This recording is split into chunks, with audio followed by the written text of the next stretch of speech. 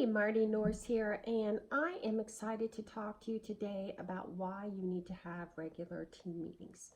And you need to have a team meeting. Maybe you say, I don't have a big team. Well, you need to have it regardless of the size of your team. And once you start making that habit and that practice, then you will be doing that good, making that good choice when you have a bigger team. So number one, the reason one of the things you need to do when you have team meetings, you need to keep it regular and on time. And by regular, I mean a minimum once every 2 weeks. It should be always the same day, same time. Don't change the time because people on your team need to have predictability. The same way as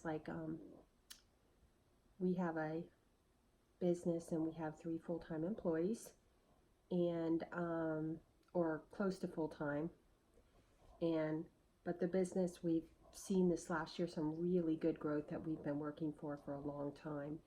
And so we've sometimes in the past had meetings, but they weren't always consistent.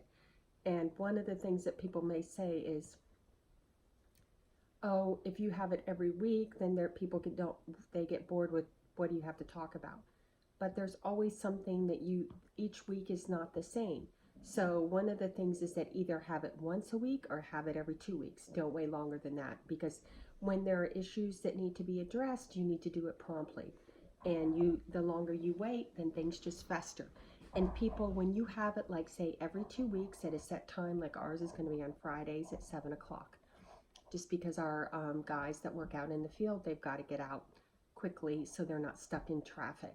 So, and you need to keep it regular and on time. And on time means it's planned and it's predictable. You don't say to people when they're at their work day, oh, we're having a team meeting when everyone gets back. No, people need to know when they're done. They can our thing when they're done, they get to go home. They don't have to work until a certain time. They have to work until their jobs are finished. But if they're done at 3:30, they get to go home. So keep it regular and on time. Then people can plan and it's predictable. And if they have something they want to contribute, then they know when they need to have it ready by. Number two, hold it frequently, because one of the things that you really want to do is discuss numbers. I have been reading this book, or actually finished reading it, called The Great Game of Business.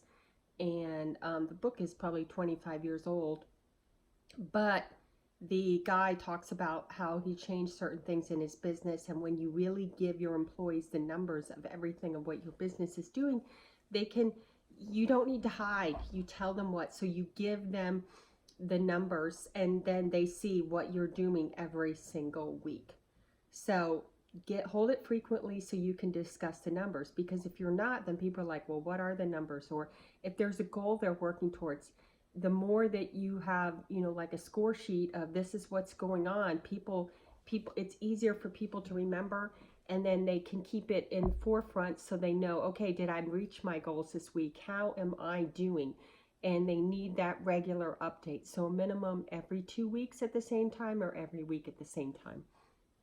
And then you need to make sure that in addition to those meetings, you could maybe discuss numbers with each person. If somebody wants to talk to you about the numbers, that's fine. Nothing is hidden, because the more people know, because it is really about the numbers in any business, then they're going to feel like they have some sort of, skin in the game.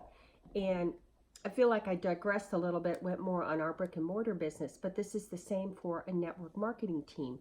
So if you only have, a couple people on your team, you still have a meeting, because you tell them the numbers of what you did that week, and then where you're aiming towards and where you're going to get. And so you want to make sure that every member of your team is always showing up, and you don't go and put out a survey, hey, when would you all like to have a meeting?